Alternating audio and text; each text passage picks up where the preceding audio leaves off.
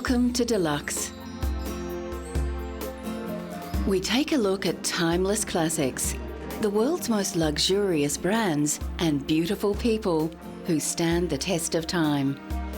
From Cartier diamonds to Audrey Hepburn, from James Bond to fast and classy cars, we explore ageless elegance.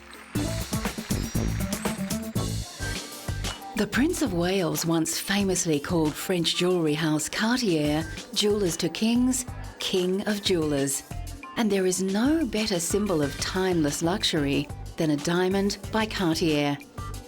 Louis-François Cartier took over an existing jewellery workshop in Paris in 1847. But it was his gifted grandsons Louis, Pierre and Jacques who established the worldwide brand of Cartier.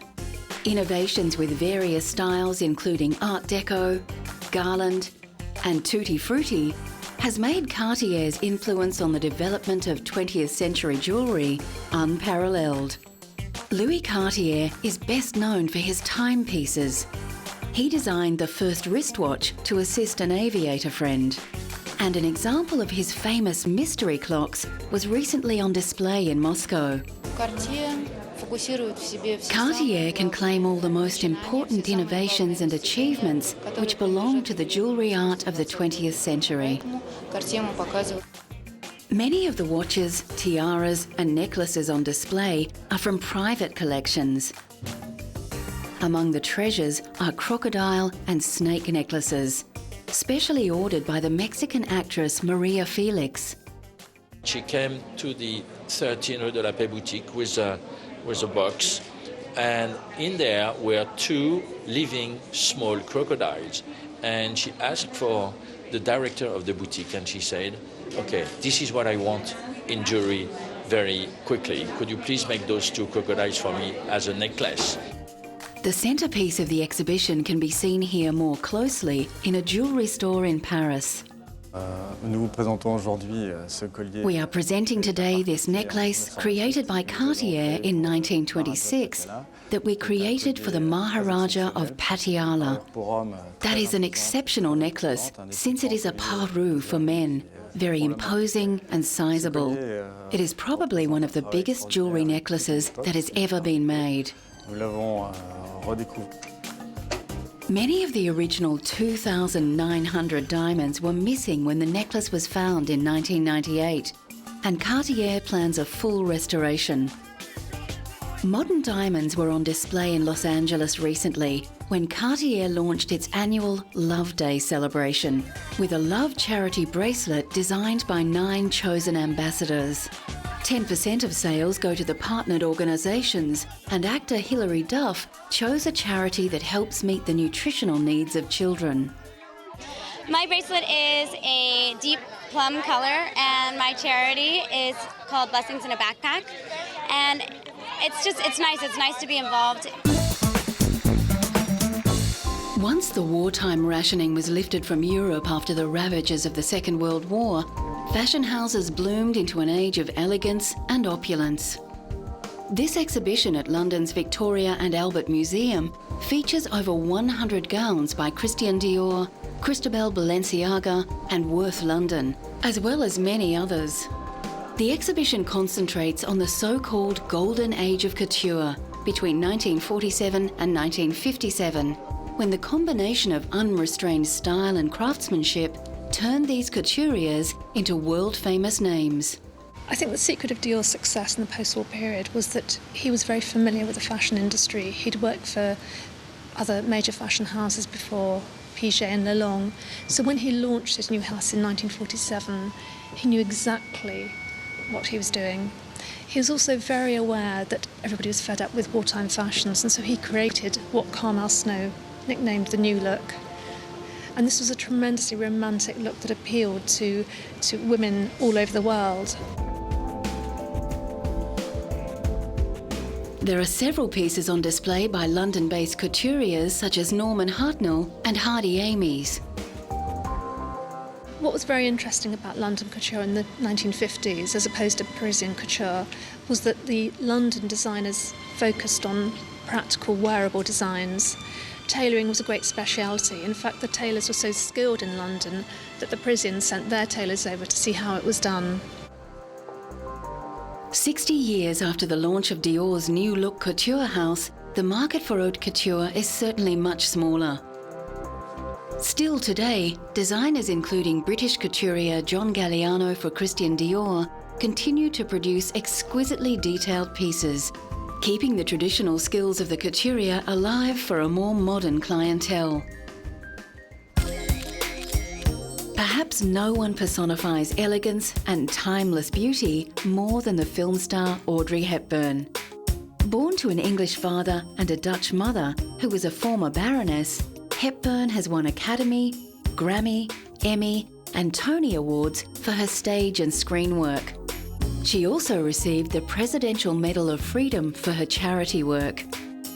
Hepburn is often considered to be one of the most beautiful women of all time. In the 1950s, she was not only one of the biggest film stars, but her elfin appearance and sense of chic was very influential in fashion at the time. Recently, the dress that Hepburn wore in one of her most famous roles as Holly Golightly in Breakfast at Tiffany's came up for auction.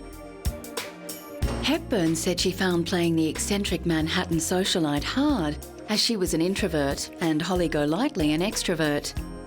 The distinctive black dress perfectly suited the gamin figure of Hepburn and became a silhouette much admired and copied.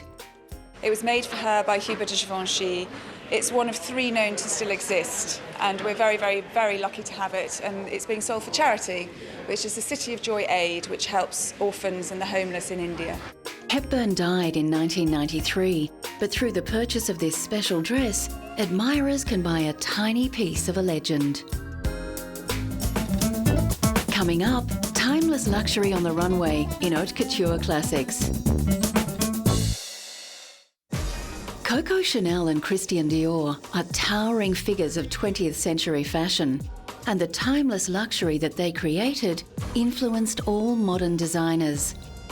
One of the most glamorous women of her time, Chanel was born in a poorhouse. She opened her first shop in Paris in 1913 and became so influential, she was named in Time magazine's 100 most influential people of the 20th century. German designer Karl Lagerfeld has designed for Chanel since 1983, and his designs continue the pursuit of expensive simplicity that Coco began decades earlier. At his most recent show, Lagerfeld outlined his particular attitude to the design of luxury. Chanel tweed is all hand-woven on small looms and it's very, very expensive. But I like the idea to treat something that expensive like something inexpensive, like jeans, because I never use the word cheap, and to have an attitude with luxury as if luxury was not expensive. Lagerfeld's latest project has been to commission 20 leading contemporary artists to create works of art based on Chanel's iconic quilted handbag. The mobile art exhibition will tour for 2 years. Recently, Chanel Diamonds took centre stage in the Plaza Hotel in New York City, where celebrities, socialites and models gathered to celebrate the US debut of 20 one-of-a-kind diamond pieces from the Chanel archives. The black and white gala was held in homage to Chanel's signature colours, and Truman Capote's legendary black and white ball held in the same location in 1966. Christian Dior began a revolution in dress called the New Look, with luxurious arrangements of fabric that broke with the lean and boxy designs of post-World War II. Under family pressure to pursue a diplomatic career, Dior originally studied science, but he was always drawn to the arts and to fashion. As a student, he sold sketches on the streets of Paris to raise money. The timeless qualities of his beautiful designs were recently celebrated in an exhibition at Berlin's Culture Forum. 180 exhibits showcased the life work of Dior, who died tragically at age 52. Included in the exhibit was the famous black swan dress which German diva Marlene Dietrich once wore. Christian Dior was one of the early fashion designers who understood how to implement the total look, fashion as a whole. This means that he not only incorporated clothes into his haute couture for his collection, he also designed accessories and intensively dealt with fashion jewellery. John Galliano is the current head of design at Christian Dior. Born in Gibraltar and raised in London, Galliano has been at the Paris fashion house since 1996, and his theatricality and love of seduction has been famously successful for Dior. Here, his haute couture Paris show is faultless in its invocation of beauty, luxury and elegance.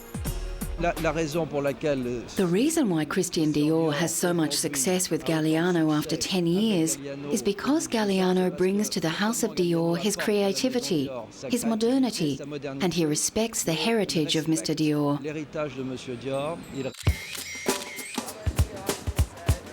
A master of haute couture, Giorgio Armani follows in the footsteps of Chanel, with his timeless tailored designs redefining what is feminine and what is masculine. Italian-born Armani began as a designer in well-known fashion house Nino Cerruti Jimenez, before beginning his own label in 1974. In 1975, he introduced women's wear, and his simple, clean lines became instant classics, making him the richest and most successful Italian designer ever. Very, very elegant. His style doesn't shriek, it whispers. And I think when people are wearing his clothes, the clothes don't wear them. They feel very elegant, they always feel perfectly dressed for any occasion, and I think they feel comfortable. At a retrospective in the Royal Academy of Arts in London, the timeless quality of Armani's designs is more than apparent. If you bought sort of a navy or a beige or a black Armani trouser suit, you'd probably still be wearing it in 10 or 15 years. I mean, you may change the t-shirt or whatever you put underneath it, but essentially the trouser suit or the skirt suit would really last almost a lifetime. In 2003, Armani was honoured in Beverly Hills with the inaugural Rodeo Drive Walk of Style Award, a fitting tribute to a man who has shaped public taste.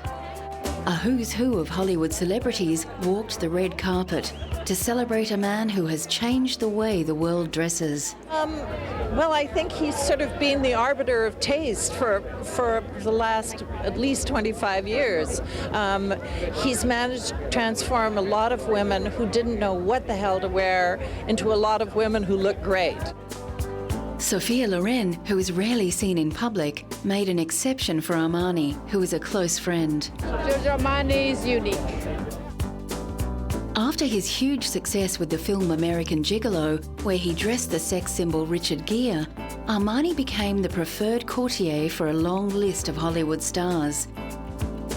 These include Jodie Foster, Michelle Pfeiffer, Julia Roberts, Robert De Niro, George Clooney, and Samuel L. Jackson, who remembers his first Armani purchase.